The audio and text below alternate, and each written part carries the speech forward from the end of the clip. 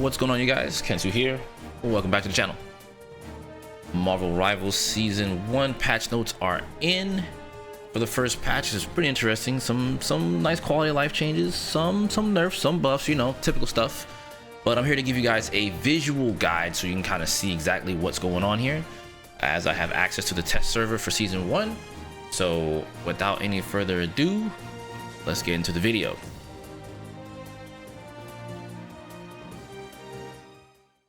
So first, we're going to start with the adjustments to the Vanguard. And first on our Vanguard list is Captain America. Alright, so Cap basically got some survivability, enhancements. They reduced the delay time for the shield restoration after releasing Living Legend from 3 seconds to 2 seconds, which is pretty nice. It's only 1 second difference, but that 1 second does make a difference in team fights. They reduced Liberty Rush cooldown from 12 seconds to 10 seconds. So that's pretty good for his escape and or initiation, which is basically his shield rush. So that's good to see. Additionally, they gave him an increase on his health.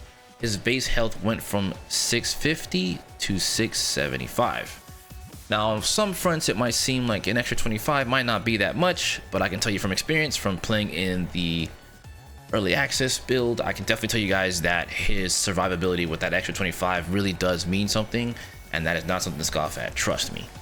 So the last thing here on his list is they reduced the energy cost for releasing Freedom Charge, which is his ultimate, from 3400 to 3100, and they also reduced the additional health provided per second to himself after releasing it from 110 to 100.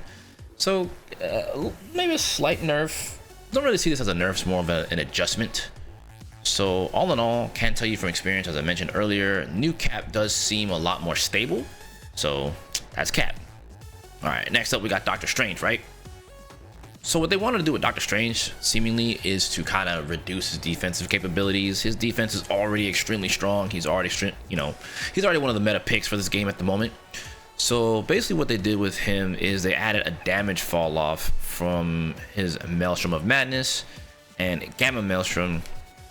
Basically he got kind of like a range nerf, so he's not really going to be punishing you from really far ranges, right? So a little bit of a damage nerf there, right? Starting at 5 meters and reducing to 70% at 8 meters. So he can't be essentially doing big damage to you from far out. He does have to be a little bit closer. They also slightly decreased the shield value rate after releasing the shield of Sephiroth from 80 seconds to 70 seconds. So, yeah, like I said, slight nerf, slight buff, slight, I don't know. I felt this is just more of an adjustment, quality of life change to try to make Strange a little less oppressive than what he already is. And I think this is a pretty good approach to kind of starting that trend with him. So Strange players, don't need to worry, it's not that bad. Next up we have Thor. So Thor I thought was pretty okay, but I do believe his survivability was a little questionable in some cases, which it definitely seems like that seems to be the goal for the changes here for Thor, right? So first off, they increased his base health from 500 to 525. Much like Cap, that 25 extra HP may not seem like a lot at first, but all things considered with his abilities and how he gets the extra bonus health, it does make a big difference for him to be able to stay in team fights a lot longer and be able to take engagements a little bit longer, barring the characters in which he is fighting.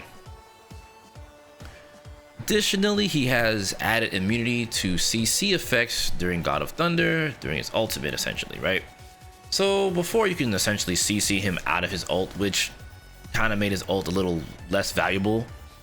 Now that's not the case anymore. So, and I mean, it makes sense. It's Thor, right? Thor shouldn't be getting CC'd out of his ult, but come on, he's a god. But yeah, this is all really nice for Thor. Once again, small quality of life changes that I think that's going to make the Thor player base pretty happy. So that will do it for Thor. All right, so we got Mr. Bruce Banner, Big Hulkerino. So the goal for Hulk here in this patch is, he's been pretty damn strong. Not gonna lie, Hulk's been pretty dang strong here in Season 0. But the goal here was apparently to decrease his sustainability in team fights. So it does kind of bring him more in line and more in tune with some of the other Vanguards that are in play at the moment. And essentially what they did was they reduced the indestructible guard gamma shield value on Hulk from 250 to 200, which, to be quite honest with you, is pretty fair. The shield is pretty dang strong, to be honest with you, but it does allow Hulk at the moment in season 0 to kind of stay in fights a little bit longer than maybe he should. You know, Hulk still is very much so oppressive, so don't let these 50 points throw you off. All right, last on the Vanguard list is everyone's favorite, Big Venom. So the goal here for Venom was to increase his survivability and the threat of his ultimate. So what they did first off for Venom was increase symbiotic resilience, bonus health ratio gained per lost health point from 1 to 1.2. Seems very minuscule, but again, that survivability in team fights is really huge here, all things considered. It's still gonna be an issue with him staying and overstaying his weapon in fights and just diving. So that's pretty huge for him, all things considered, despite how small it may seem.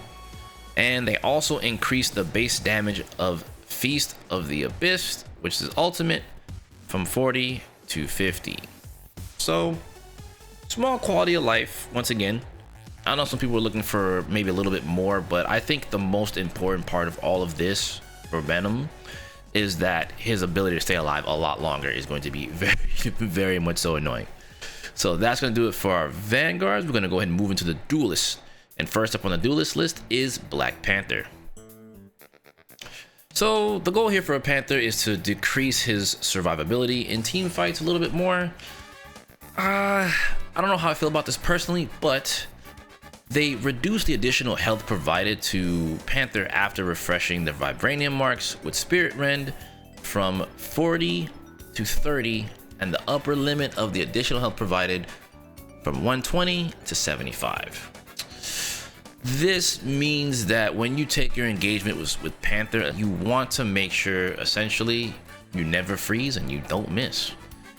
Otherwise, you will definitely be paying for it dearly, because his cooldowns are already something that can be very difficult to maintain if you're not already good with this character. So they're trying to make it so he can't just get in and out for free, especially if you have bad cooldown management. So I can kind of see where they're coming from. I don't think this is too bad. All right, next up is a character that I've been wanting changes for, and these are pretty sizable, and is Black Widow. Widow's changes, I think, are pretty solid for the most part.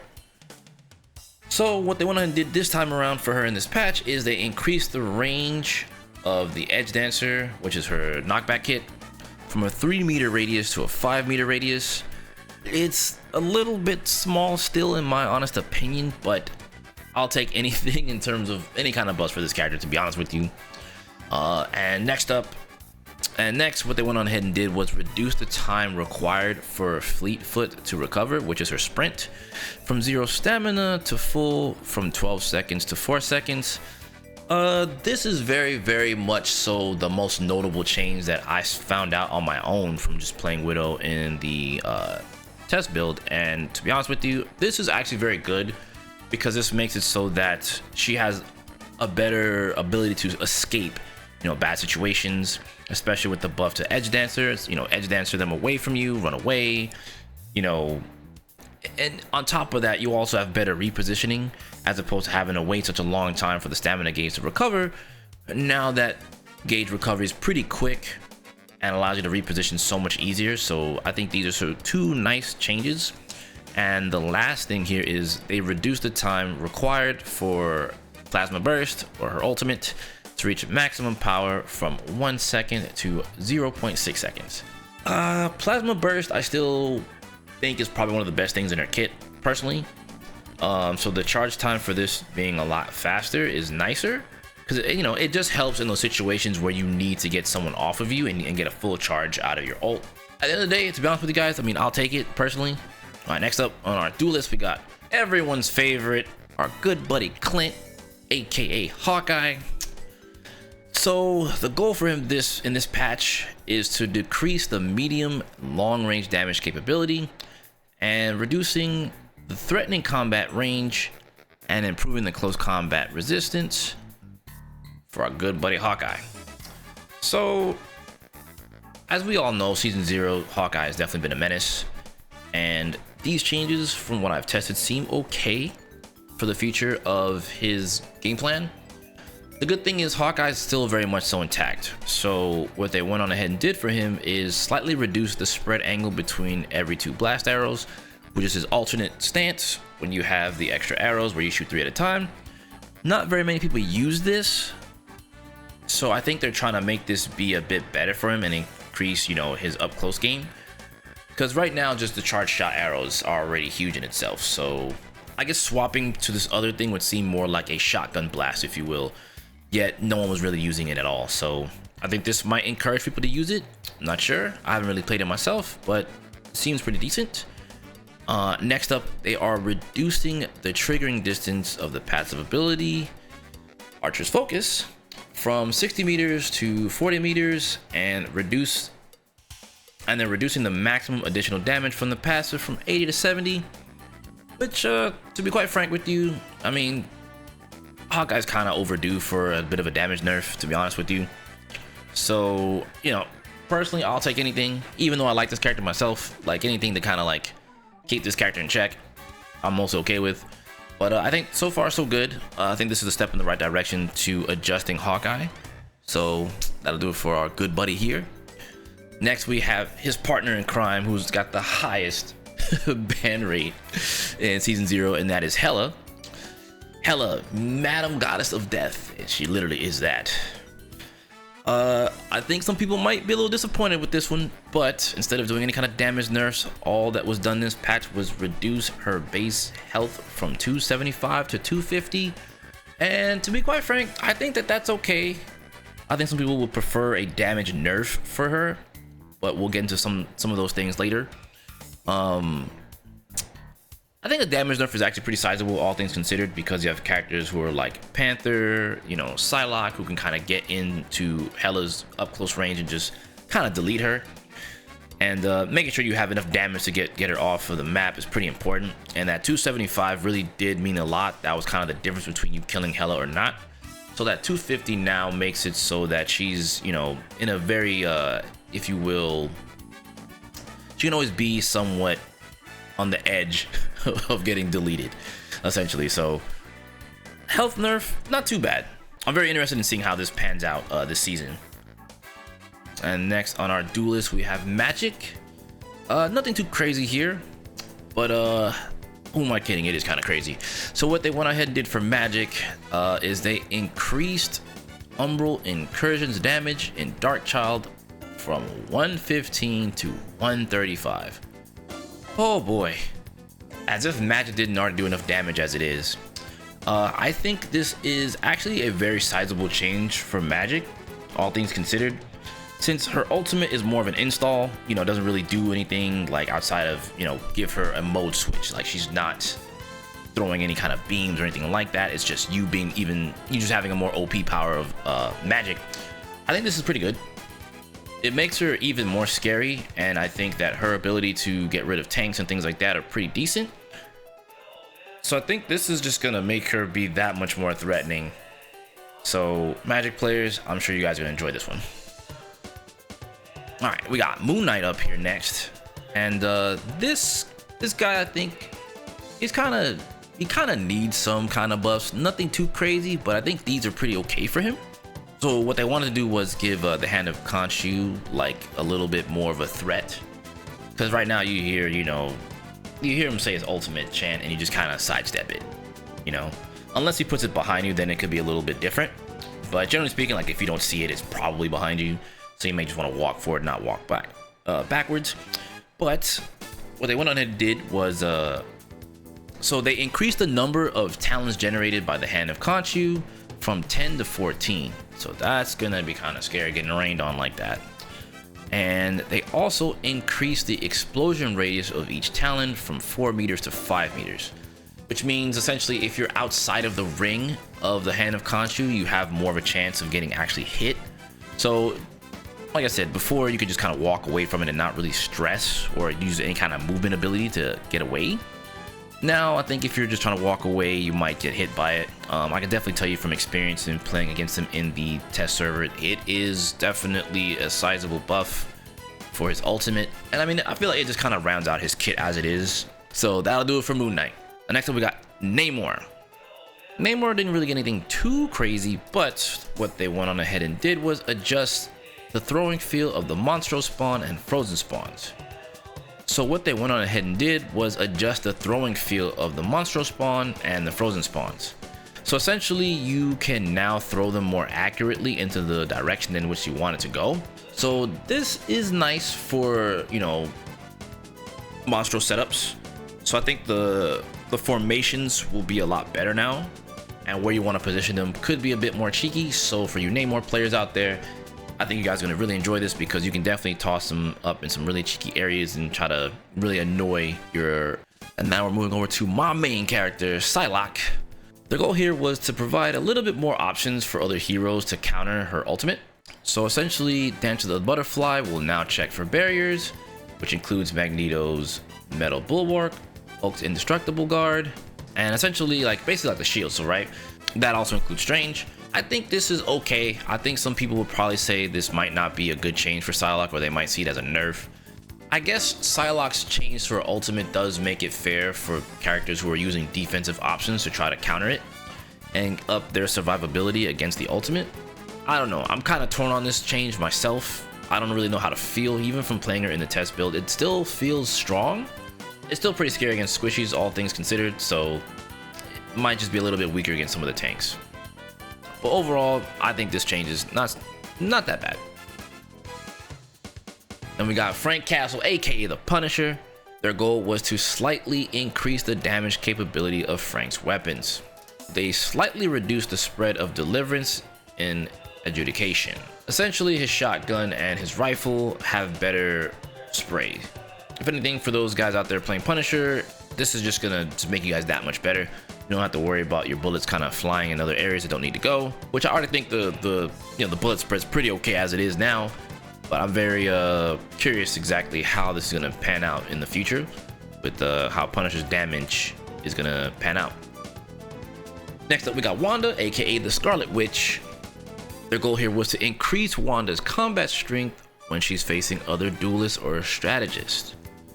I do feel Wanda was a little lacking in this regard, so they increased Chaos Control's fixed damage from 50 a second to 60 per second. Pretty huge. Pretty huge.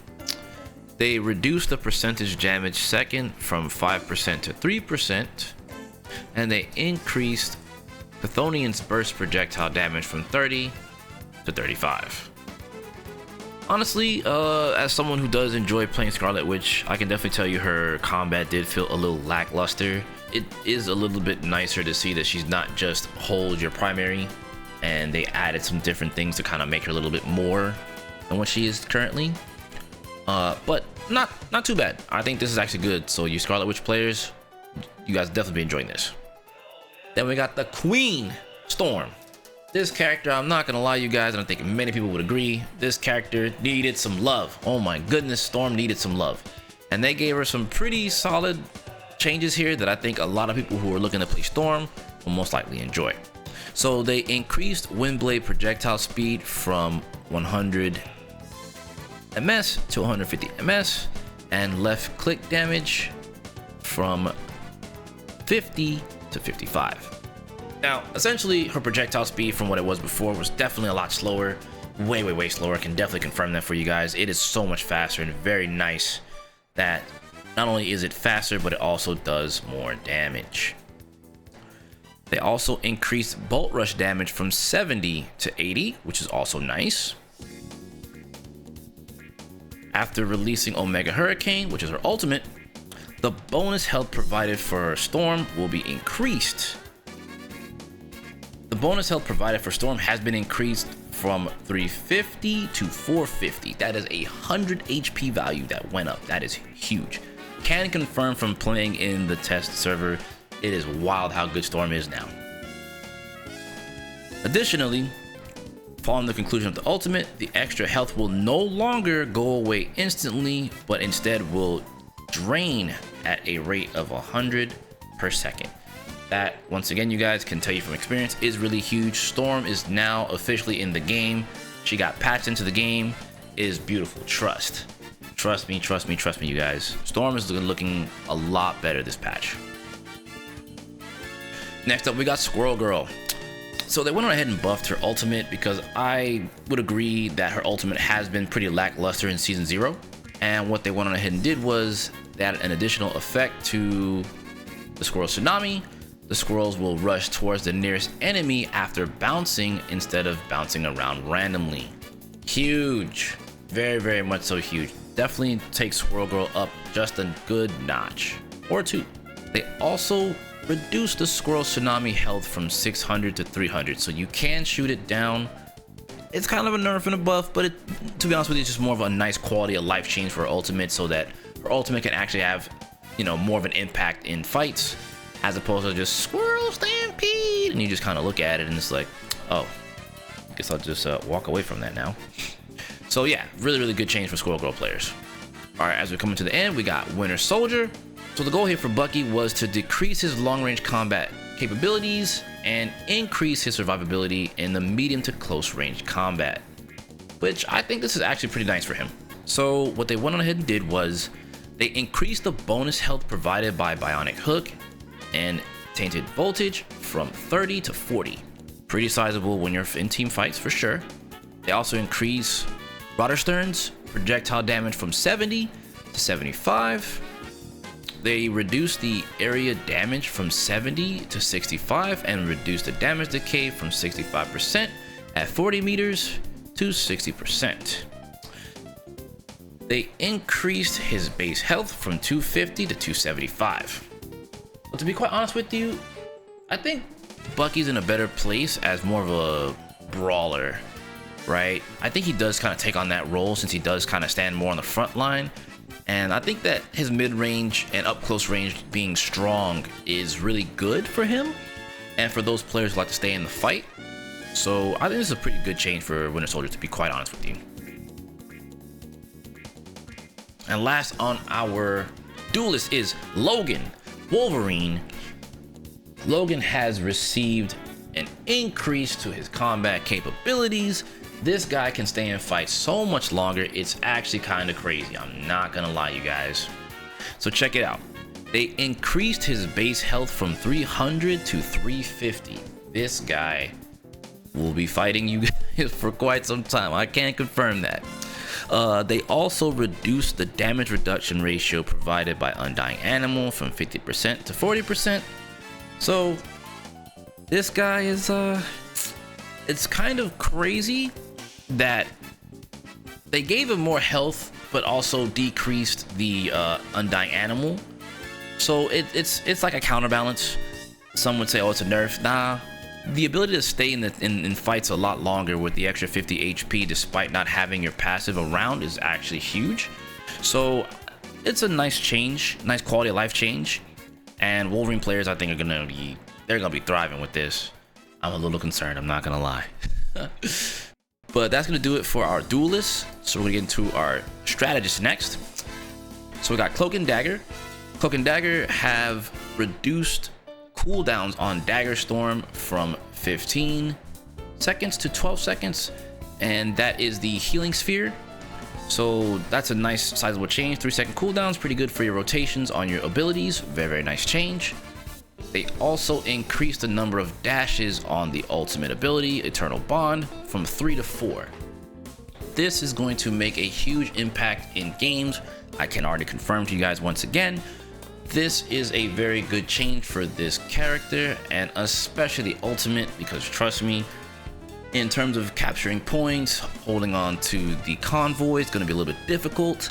Also, the area denial that this ultimate can provide for, you know, your team isn't too bad, on top of the healing capabilities it has with the extra dash.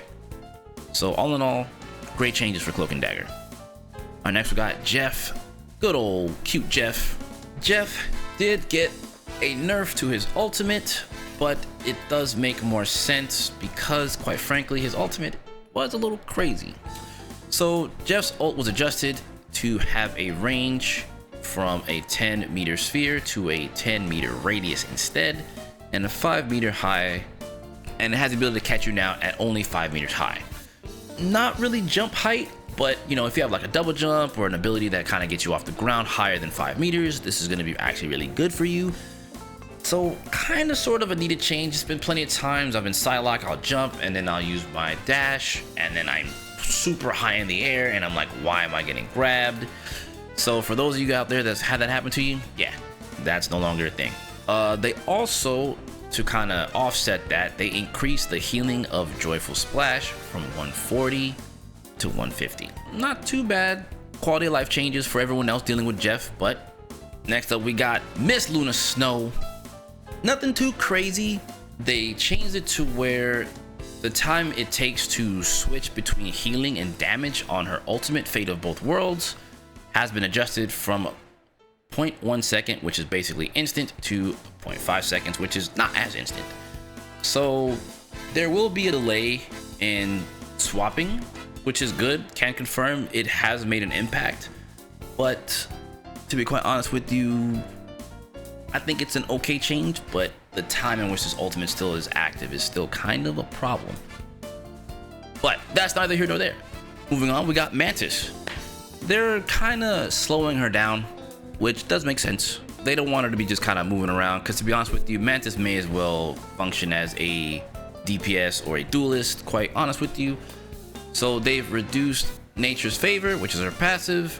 The movement boost has went down 2.5 to 1.5. So she won't be just speeding around like a speeding bullet, because it is kind of crazy. She literally is like the fastest character in the game on the ground.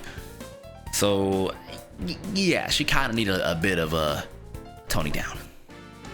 And last up on our strategist is Raccoon, Big Rack. He did need a little bit of love in his healing capabilities. They increased his healing of the repair mode from 60 per second to 70 per second. So this is actually pretty nice for him, to be honest.